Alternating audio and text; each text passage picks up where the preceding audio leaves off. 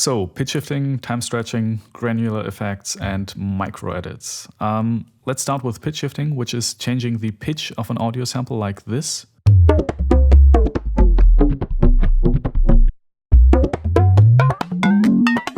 Time stretching is changing the speed of an audio sample like this.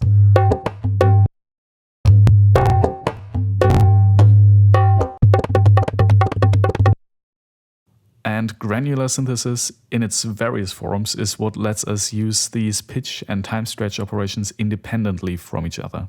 As without granular synthesis, if we change the playback speed of an audio sample, we would also at the same time change the pitch, like this.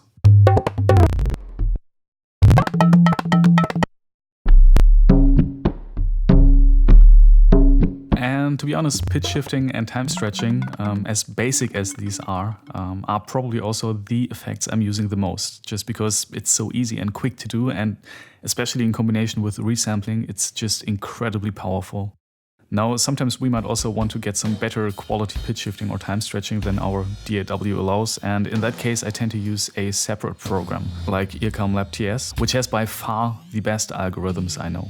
And if I want to get some more elaborate granular effects, I use the GRM plugins, which are great tools for getting these really weird sounds.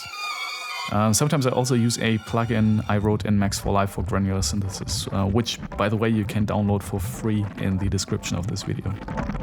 Now, micro editing, on the other hand, is a little bit harder to define, but basically it's about audibly cutting or repeating or pitch shifting and reversing and, in general, manipulating small fragments of audio, and often in a rhythmic way. And as it's a little bit hard to explain, let's just put some micro edits in this track here.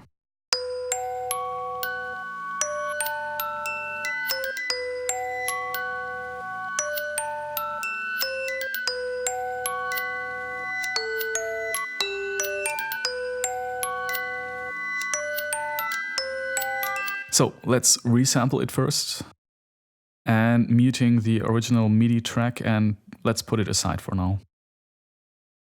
So we could start by just repeating some parts of the audio track like this. Or like this. Now we could also take this part and replace it with another section from the audio file, like this.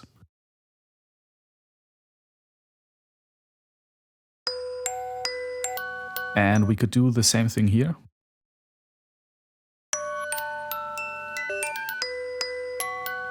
We could also take this part and add some pitch shift automation, like this.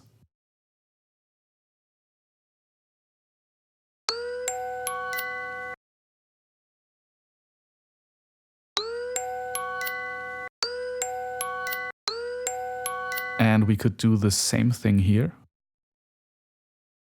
Now, another thing we can do is take this part here and time stretch it like this. Now let's choose a different granular algorithm. And maybe let's reverse this as well. Now let's take this part and deactivate the granular synthesis. So now when we pitch shift, we also change the speed of the audio sample at the same time. So let's put this here.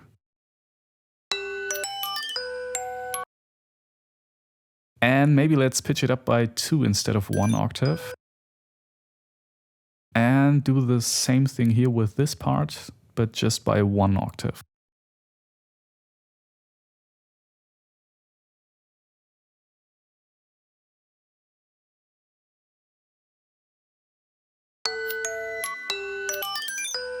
Now, another thing I like to do a lot is to take a part like this, for example, then create a new audio track, copy that part on the new track, put some effects on that track, like a chorus, for example. Let's record some automation, resample that, and mute the track. And now maybe let's pitch it up to the end like this. And for some contrast, we could take that original recording and pitch it down instead of up. And to enhance that, let's also put some panning automation on both tracks.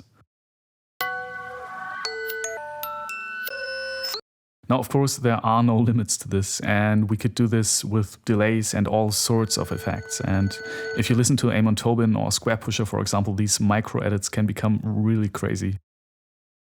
So by adding all these small micro edits, we can go from something like this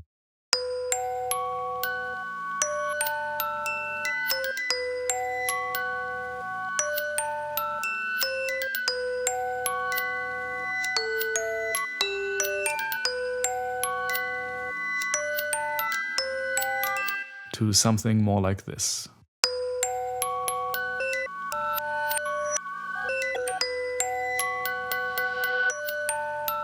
And again, these edits are really just a personal choice and preference. You can basically do whatever you want, really. But yeah, basically it's about audibly cutting or repeating or pitch shifting or reversing and in general manipulating these small fragments of audio. Also, there are many plugins doing all sorts of micro edits automatically, and just throwing one of these on a track and resampling the result and looking for some happy accidents in there can be a good starting point, and this works well for some people. But for me personally, all the micro edits I make are created through deliberate manual editing, as I feel that these turn out to be much more meaningful and on purpose, rather than just some random effects. And I really like the amount of control you get to create exactly what you want by doing it manually. So yeah, that's it already. Let me know what you think in the comment section down below. Also, if you liked this video, don't forget to hit the little like button. And if you would like to see more of these videos in the future, please also consider subscribing. So thanks, and see you in the next video.